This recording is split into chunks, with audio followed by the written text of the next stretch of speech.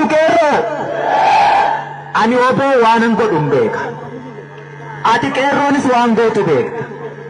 waan goonu immoo waliin goonaa jechuudha.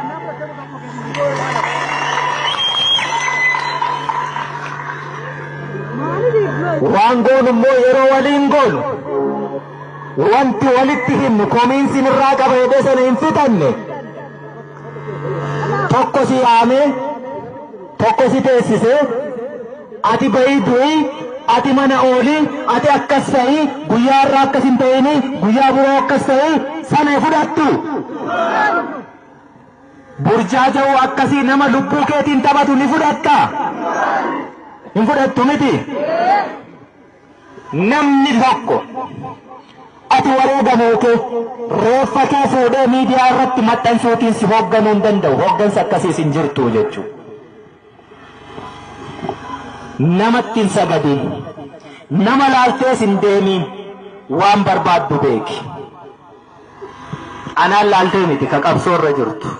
waan barbaaddutu jira ka qabsoof si baase immoo ka qirqiree si nyaatu gabrummaa sirra jira abbaan qeerroo gadi baasuu fi ol galchu roorroo miti qeerroo roorroon sun hanga cabuu hin dandeenyetti eenyuyyuu sin dhaabu kanaaf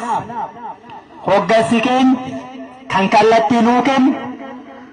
ka hiriira nu baasu ka nu fincilchiisu gabrummaatu nurra jira kallattii walii laachuuf immoo bakka deemtan hundumaatti akkuma gaafa diinni waan sin jilbeenfachiise itti fakkaate xollaa'in singeesse huursuun singeesse jennaan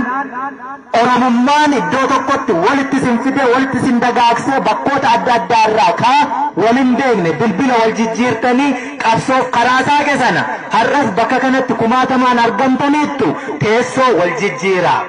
akkamittiin wal qindeessinaa akkamittiin injifannaa akkamittiin bakka kamitti yoom wal yaamnaa isa jedhu mataa qabdaatti diidaa nama laalee amma gaa namaa dha'uun barbaadu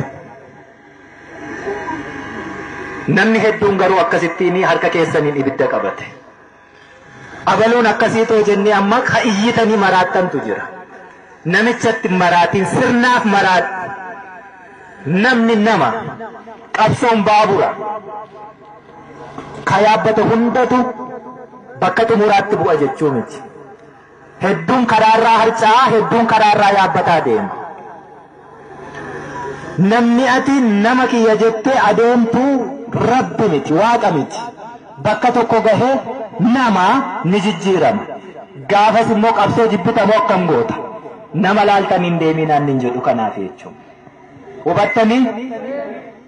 hooggansi fagoo diida jiraachuu yookaan biyya alaa jiraachuutiin miti ibidda keessa dhaabatee nama ibidda keessa dhaabbatu lolee lolchiisu hooggansa jechuun yeroo ibidda harkaan qabatan waliin qabachuu yeroo gaddaa waliin gaddu yeroo gammadaa waliin gammadu yeroo beelaa waliin beela'u yeroo dheebotaa waliin dheeboftu rasaasa diinaa dhuftu jalqaba waliin qolachuu hooggansi si faana jiru sun du'a si oolchuu hin danda'u garuu immoo du'a si agarsiisuu danda'a sinii galaa bifa kanaan qabsoon keenya miilan akka ta'uu qabu fageenya irraa miti muuxannoo horanneerra muuxannoo itti du'ani jechuudha akkaataa itti du'an akkaataa itti mololanii ajjeesan injifatanis baranneerra fagoorraa waa eegdu asuma jiraami wara